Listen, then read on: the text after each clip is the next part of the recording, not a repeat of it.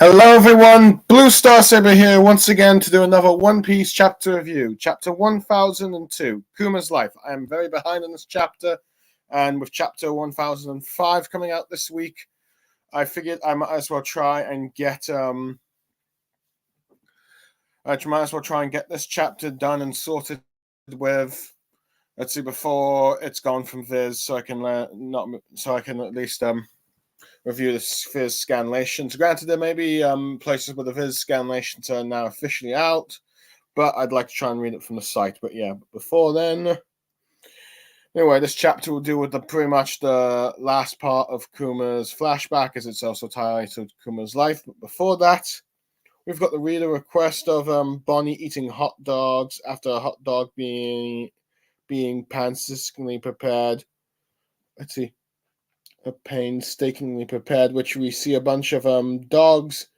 Let's see, all getting prepared to eat hot dogs, and then Bonnie's just eating them. They seem to be just working to create hot dogs, but Bonnie is just eating them, and you got one of the other wolves getting like annoyed. It's like, hey, she's eating our food. So yeah, I think it's kind of a nice little cover thing. It's done, requested by someone called Tashkizu. I don't think I recall that name. So yeah, that name's being done. And in many ways, it fits with like Bonnie's sort of glutton behavior with this cover. So yeah, nice one.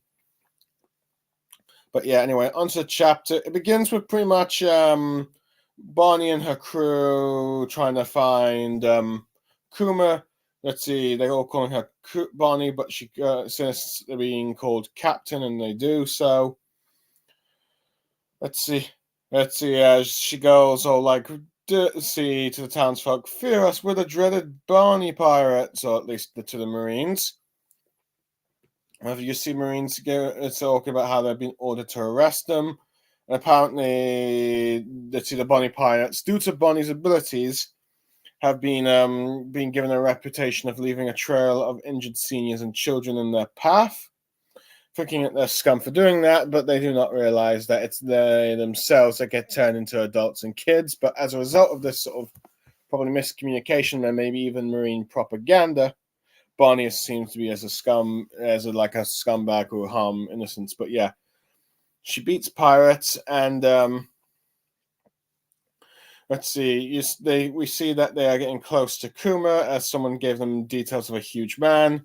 But Kuma apologizes to Bonnie, thinking that he can't see her because of like the promise he made. So, but we see he teleports away. But he questions why on earth she becomes a pirate, as I'm pretty certain that's not really a life he wanted for him. Thinking that she shouldn't try to track him down. But anyway, let's see. We then cut to Bonnie on the ship, complaining about why her father wasn't there. Let's see. So, but one of the crew insists, since they're pirates now, we'll take our time and search for them. In the meantime, we see that Bonnie is then saying that, okay, so that's the case. I want to try and also look for Nika at the same time. Let's see, thinking that if we find Nika, it'll be exciting to show her father that they saw Nika on a sort of island.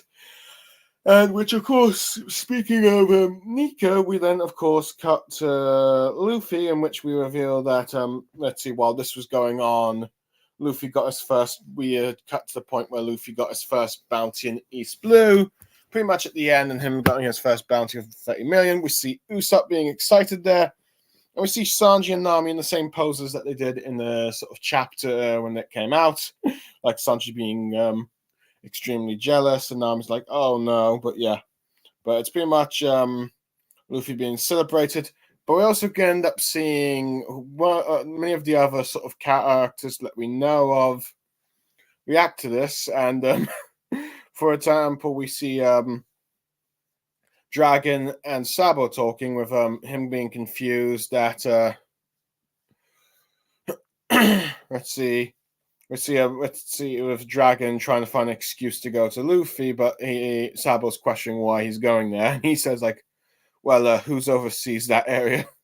So we see that Dragon has trying to do a very lame excuse to try and see his son sail off. We see Smoker looking at Luffy's new poster.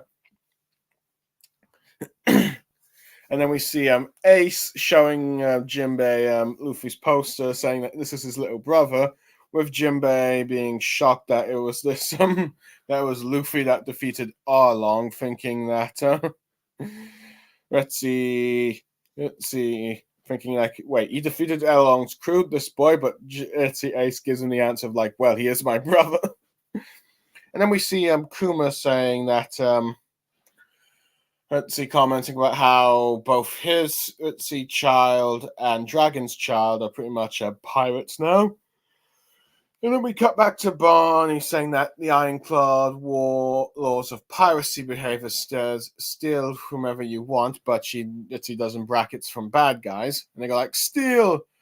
And then they go like, don't help other people unless they need to. Don't help! Which might be a way to explain Barney's initial appearance and behavior when she first encountered Zoro, but anyway. But that'll be more discussed later. But we see that she is putting like let's see how Barney's got a lipstick with her crew commenting as that is how she's trying to apply it, thinking that she's being an old grown up. And also that we learn that the little jewel on her cheek is so that let's see that her dad will recognize like some sort of jewel on her cheek, which is sort of touching moment, but thinks that let's see that she needs to try and become a bit more famous so that he'll pay a lot more attention to her and hopefully come back. But then we then cut to let's see Egghead in the New World, where Kuma is I believe coming back, and I think I may see one of the I believe maybe Edison of the satellites, but it could just be someone, just a general design for that. But Kuma is just like just a bit just finding the whole situation eerie of all these clone Pathistas of himself, and they saying that Vegapunk giving him updates of how they're going. But anyway, he talks about how, and we learn that this is actually during the time of NS Lobby, with him talking about how there was a boy who just declared war on the world government. And at this point, we see that Vegapunk learned that that boy was actually Dragon's son, with Kuma telling him that, well, since you're going to look at my memories anyway, I might as well tell you. Which, let's see, with Kuma then starting to put the pieces together that a man who challenged the government with rubber powers is very similar to the Nika figure that he admires so much. With let's see, Vegapunk finding it amusing that that might be the case indeed, which makes me wonder if he does or does not know. Does or does not know that Luffy is probably Nika. But anyway, we then cut to like the scene in Thriller Bark where he's given the, where we see him sort of doing that negotiation deal with the Straw Hats about he'll let them go if he just gives them Luffy. But then, of course, they all say never. Well, granted, maybe not in the same sort of like manga panels that, well, arguably, because it's all crushed down to a smaller pace, it's much smaller than I think the actual chapter when we see it. But who knows? But then we see Kuma do the Uso shock, and then just see the Zoro offering his life. And we learn here from Kuma's thoughts that he thinks that even he might pass out from this sort of pain bubble from like what he's been doing since childhood, as he's been to teenhood to adulthood, while being a priest. And this is pretty much a hype moment for Zoro fans, as it's like, let's see, he might, as many people say, he's got more, as it reveals that he might have more endurance than Kuma. So like that, as we then have like you have exceptional friends to Luffy talking about Dragon and that bit. And then we go to like, of course, the Shabori Archipelago, where Kuma's receiving the let's see, where Kuma is receiving the orders that all 7 warlords must prepare for war against Whitebeard and all that. Which you first thought that what's so dramatic about this? As the government agent he's talking to, saying that this will likely be a recaptured Ace, so that will be a war against Whitebeard. Let's see, with Kuma just wondering when the day of the execution being, and then we see, let's see, Barney eating her pizza. We see the same sort of like panels where we're first introduced. We also see that Kuma is actually watching from the window, and we even see Kuritsu to the great detail that Oda does. Those 2 onlookers that were just shocked by Barney's manners are now being shocked by Kuma, as this is Kuma thinking that this will be the last time. So let's see, he's just getting one last look at his daughter before he loses his memories. We're thinking of just how much of a pirate she's become. But let's see, as this is happening, he ends up hearing how Celestial Dragon has been attacked. And of course, Marine battleships are coming, all that stuff, which Kuma's being shocked by who would do this. And then thinking how it's such a taboo orders and that it's HQ, Navy HQ so close. So yeah, it's practically suicide. And then realizes that none other than the Straw Hats, seeing Charlos being punched, the Straw Hats fighting, and they see Hachin, and realizing that Luffy has been did his actions to protect a fisherman. So thinking that like such an act of high treason, no one has done that for let's see, in centuries, and they did it for the sake of fisherman. And Kuma is just, as you see all the Straw Hats from the actions, but let's see in the fight, particularly Usopp landing on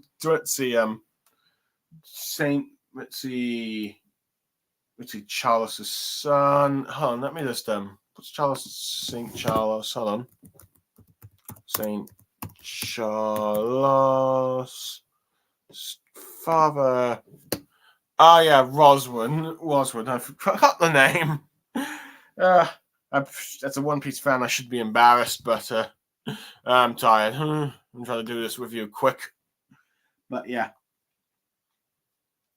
But then we cut to like Kuma, let's see, separating the Straw Hats, and we end up seeing his thoughts here. Thinking about Dragon and Ivankov, telling them to forgive him for vanishing without a word, as we see the Straw Hats disappear, or at least begin to see the trace of it, as you just get like Luffy, Kizaru, Sentomaru, and let's see, Rayleigh looking on, as he talks about how he will leave behind the mark of my existence in Barney and the future in this boy. Thinking that it's both his daughter's legacy and what he did to save Luffy today will be his legacy. As we see Luffy crying about how he couldn't save any of them, but we then see Kuma's thoughts as just as be about to send Luffy away. Talk about how it's not true. It says that the level of the New World, it's too soon for like him and his crew to do it. So let's see, not to go there just yet, and instead due to the future, as we see him thinking that Luffy will be the man to save the world as Luffy disappears. And then we cut to Egghead just before Kuma's sent to the Marineford War with, let's see, where we learn that Saint Saturn has ordered a self-destruct switch with Vegapunk saying that's outrageous. With him saying, like, you're the one who turned him into a weapon. Let's see, going like, but you're at the very top of the hierarchy anyway. And it says like,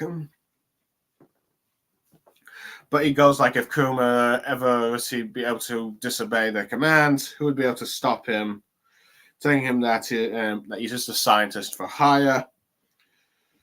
Let's see, with the offer, but Vegapunk tries to bargain with him to get some, at least a little bit of willpower for Kuma to remain, as he has invented a neural pathway that can switch between mental states like dual personalities, saying that this let me test on Kuma, but Saturn is hearing none of it and tells him that this is his orders. Let's see. Saying that Kuma will not leave with any of his free will, and saying that he is himself a scientist, so he cannot deceive me. Let's see, but he protests since Kuma and Bonnie will never meet again. But then we then cut to like Vegapunk and Kuma chatting, where he's just like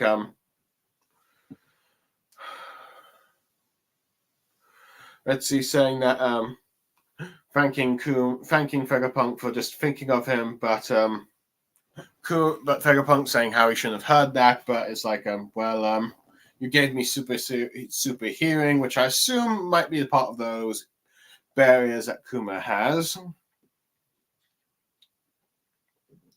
With Vegapunk saying that this is, let's see, regardless of the day, is here why I flip the switch. Thanking him for those 2 years and thinking it was fun, which Kuma agrees. Talking about how his first mission will involve fighting the Whitebeard pirates. And he's also been ordered to deploy a mass of his clone armies. And this is where we see that Kuma doing this sort of request to do a mission about guard the Straw Hat's ship, and until one of the crew returns. He wants to make sure that they return, even though he won't get to witness their growth as a result. With Vegapunk wondering what seems to interest you in Luffy, as Kuma reveals that some of his actions shape the very core of his own being. We're thinking, if Nika's only a legend, but he instilled Bonnie into those stories about a warrior who rides the rhythm of liberation and brings smiles to all. And he seems to think that Luffy might just be that hero that changes the seas, and that's why he's helping him.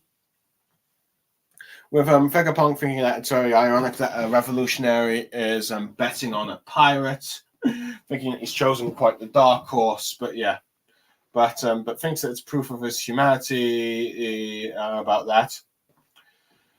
But asks Kuma to provide him with the memories so he can do his scientific research, and we see and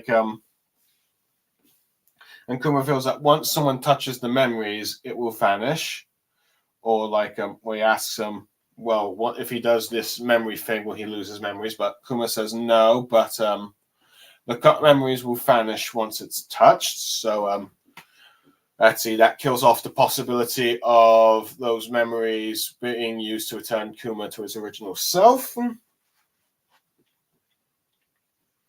With Vegapunk revealing that he has a system that allows him to look into the memories without having to touch it. Thinking that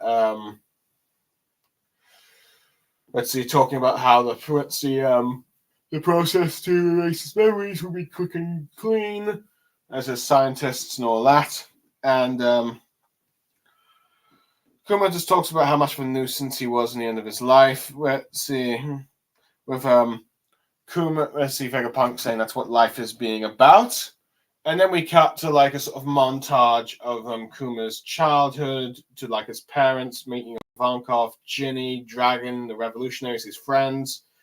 Let's see Ginny as an adult and Bonnie as a kid, as we see Kuma running like a slave, a pastor and a revolutionary, to who he is now, with Vegapunk saying she will survive.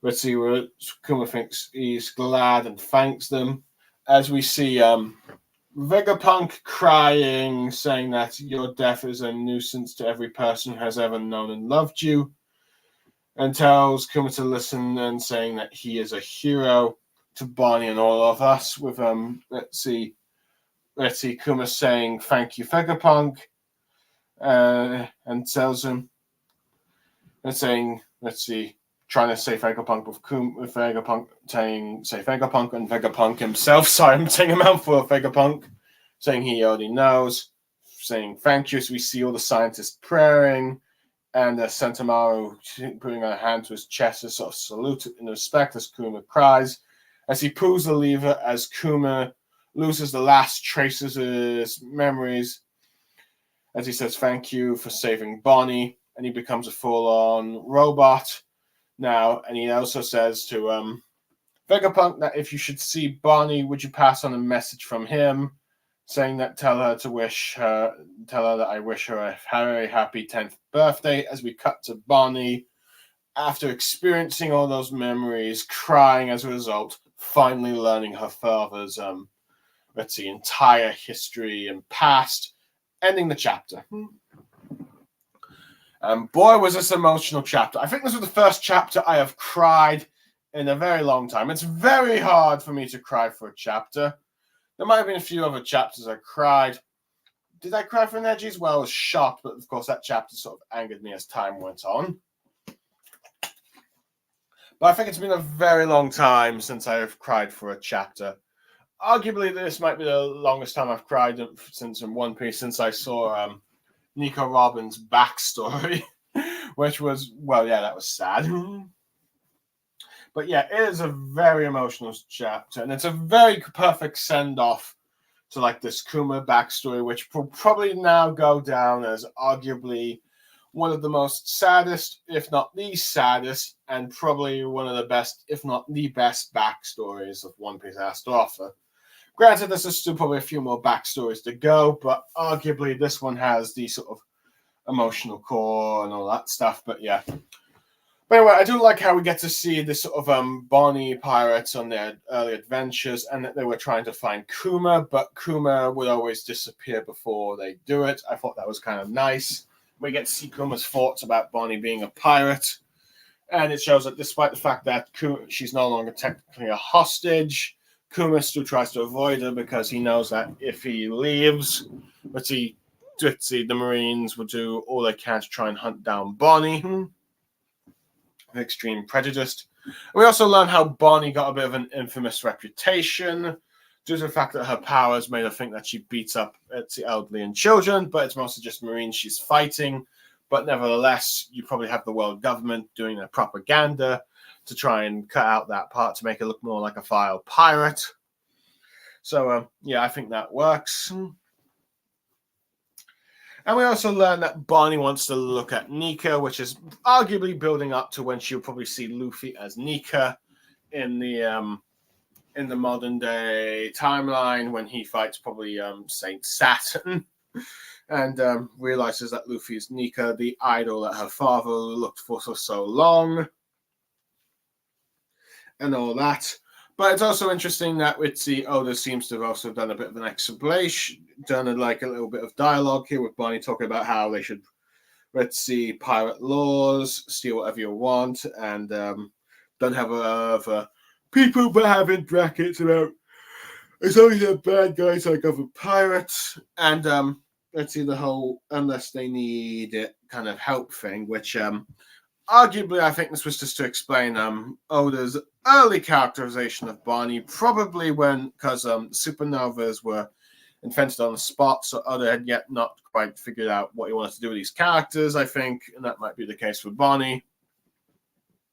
As when we saw that Bonnie was rather hostile towards Zoro and thinking about that, that we were breaking the pirate laws and saying, like, why are you trying to help this sort of injured man? Just leave him. That's not how pirates behave. So I think that's just to try and address that. Still a bit 50-50 on that. To be honest, I feel like you can't just really just try to explain that. It's just like, except for like just earlier characterization. But I suppose props for Oda for trying.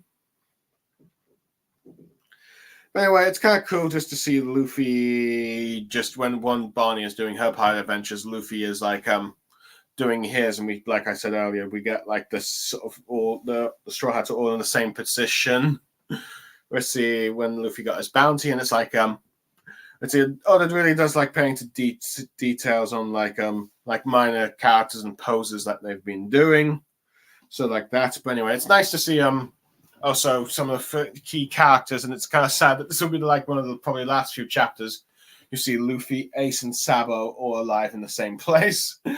But yeah, but it's kind of cool to see how Dragon preparing to leave to meet Luffy, go off on his adventures. And I do like how he's trying to find an excuse to like let's see, go find Luffy saying like, "What? Who's posted Rogue Town as a revolutionary?" When Sabo questions it, but this is at this point, Dragon is not aware that Sabo is Luffy's father, given the sort of amnesia bit of the black backstory from Sabo. So we've got that. I do like how we got to see Ace showing Jinbei the poster of like Luffy as brother, and him just being shocked that he's the one that actually beat Arlong because of Luffy's own age. And I suppose you can't really blame Jinbei for that. I mean, I would be skeptical too. But I do like how Ace is defending, like, yeah, that's my brother. Of course he would. I do like how Kuma compares how Dragon and his kids are both pirates and all that. So that. Other than that, I also like how we got that touching moment of Bonnie just trying to put lipstick and jewelry on herself so that her father could recognize her now that she no longer has the scales. That's kind of touching. You could probably see a child her age trying to do their for their father figure. So granted, Bonnie is looking like her adult form here, so it's kind of I don't know. Sketchy, but yeah. But anyway, I do also like how we see that learn that Vegapunk learned that Luffy was Dragon's son after the events of like Enies Lobby and him being amazed at a pirate declaring war on the world government. So yeah, I thought that was like I do like how Kuma is like trying to start to pick the pieces together that Luffy might just be that rubbery figure Nika. But interesting enough with the way let's see, Vegapunk's laughing. He might already know the truth and just hasn't told, let's see, Kuma yet about these transformations. But yeah, but I do like how we get to like Kuma's let's see, interactions with the Straw Hats during Thriller Bark and Shabby Archipelago when we learn his thoughts. And of course, like I said earlier, this is a hype moment for Zoro. Kuma doesn't think he could sustain it for this bit, and Kuma's thoughts when he is rescuing the Straw Hats later, which I'll get more into later. But I do like how Kuma is getting this one last touching moment with of looking at what his daughter is after receiving orders on the world government to prepare against the war against Whitebeard. And I do like how he's just he's just done this just to see his daughter one last time. You got that detail of the crowd onlookers. So yeah, once again, Oda's been paying close detail. I do like how it seems Kuma seems to be really convinced about Luffy is when we learn that he actually saw he was actually at the archipelago, the human shop, just after Luffy punched that world noble. So he gets to see firsthand Luffy, risking everything just for the sake of a fisherman. Just a fisherman, because no one has done that in centuries. As a result, this seems to have convinced him that Luffy is Nika and he's the one who saved the world. Is that what I'm at least guessing? Now, granted, Luffy, of course, we know, is a selfish individual. So let's see. But let's see, and he's only really he doesn't really care about the whole rules and all that stuff. And the reason why he probably punched Charles is because he had dared to hurt his friends. But either way, it's still sort of like just reason. But yeah, but it's probably not as noble as Kuma's thinking. But that's because Luffy himself says he doesn't want to be a hero, even though he does end up playing a hero in the end and helping everyone. And of course, he does help those world nobles. But so yeah, that also sort of benefits. But yeah, but I do like just how he seems to be impressed with them. And then thinking, let's see, we even get his own thoughts of like apologize as he's just sending the Straw Hats away, and Luffy apologizing to Dragon and Ivankov, his two oldest friends, about how he is going to be he's going to be gone soon, but at least, and I do like how he sees Bonnie a part of his legacy and Luffy a part of his legacy after he saves him, believing he can save the world. And I do like how he got his little like narrations, which was arguably a traumatizing moment for fans and the Straw Hats, but we now get to see a new light of it and of just how much Kuma is actually helping them, and he's the one that's about to lose everything, if you will. So I think that was a nice contrast. But it's also interesting that we learned that Kuma is supposedly installed a self-destruct switch because Saint Saturn doesn't trust Kuma to fully obey their orders, or like, let's see, what happens if it's like something goes wrong with programming and they won't be able to stop him otherwise. So they figured better to be safe than sorry. I do like how Vegapunk protests, but Saturn says like, you're just a hired scientist as well.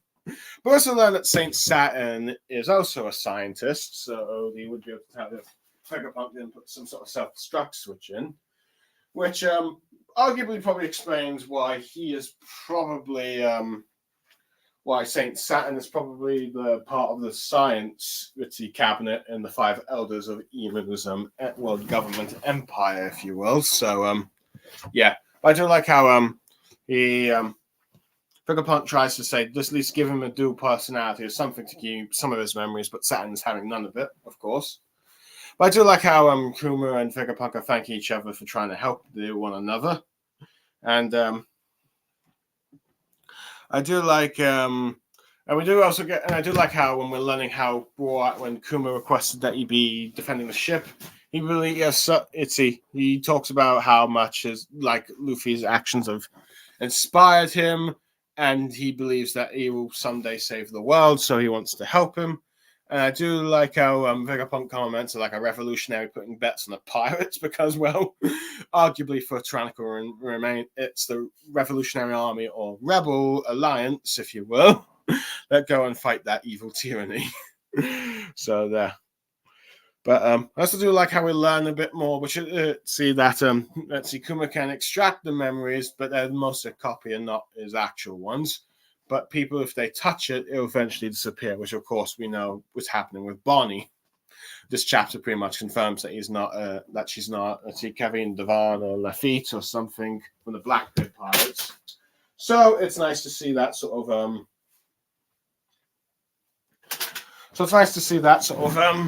theory of him having that bubble, getting his memory back is being debunked with this chapter, because I think honestly Kuma's probably going to end in more of a tragic thing. Granted, they could still cop out, but who knows? We could be wrong. I mean, he doesn't really like doing deaths much, but yeah.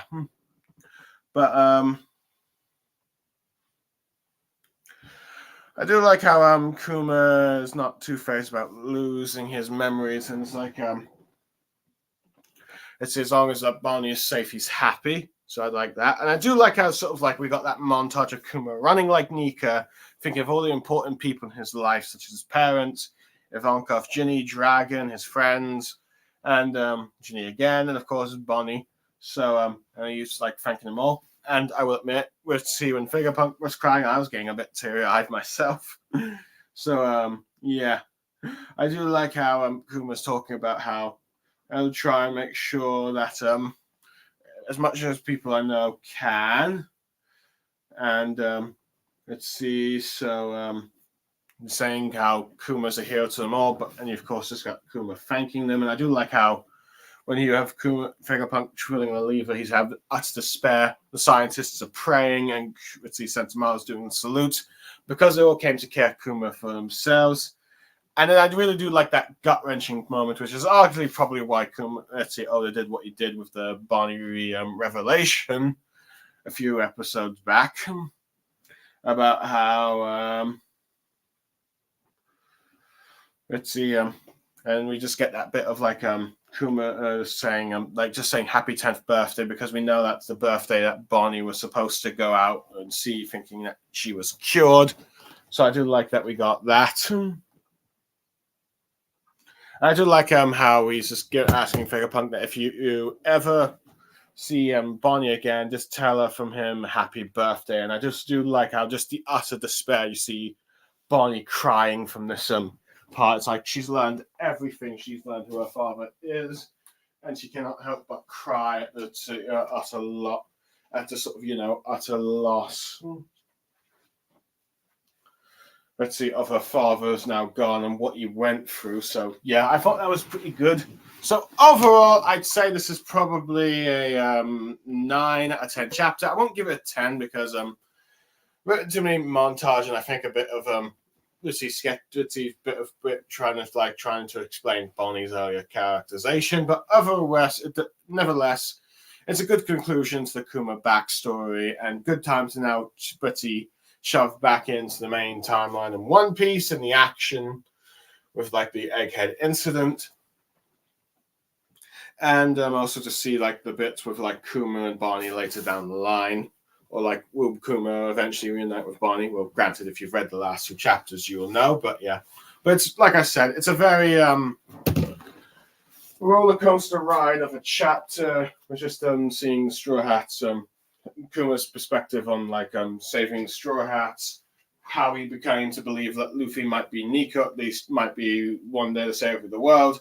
And seeing important figures and certain parts reacting to like Luffy's achievements in NS Lobby and of course Arlong Park. So yeah, overall, like I said, 9 out of 10 chapter, and a very satisfying conclusion to the Kuma backstory and all that stuff. So for those who end up listening to this review, I hope you enjoyed what I have to say. If not, well, there's always my other stuff. But for now, thank you for listening and to my thoughts on One Piece. I'll see you next time when I stream it, and look forward to then. Goodbye for now.